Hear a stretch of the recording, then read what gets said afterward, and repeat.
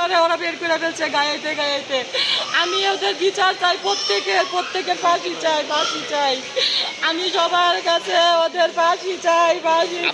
আপনারা কি আপনাদের বাড়ি ঘরে কি মানে যাইতে পারতেছেন না? আমি কোথাও যাইতে পারতেছি না। আমার জীবনের কোনো নিরাপত্তা নাই।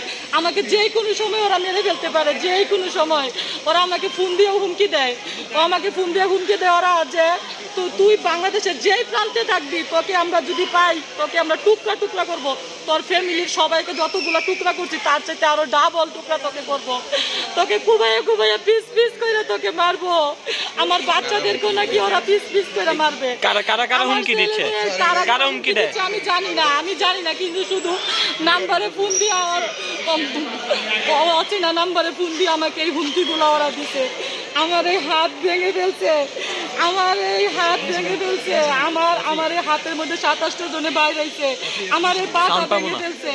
আমার এই বাচ্চাটাকে নিয়ে আমি এক বাথরুমে ডাস্টবিনের কুয়ার মধ্যে বসে থেকে সকাল 9টা থেকে রাতের 11টা পর্যন্ত আমি এই ডাস্টবিনের ময়লার মধ্যে থাকা। পরে আমি এটা থেকে 11টা বাজে বের হয়ে আসছি আমার মেয়েকে আর আমার এই সন্তানকে নিয়ে।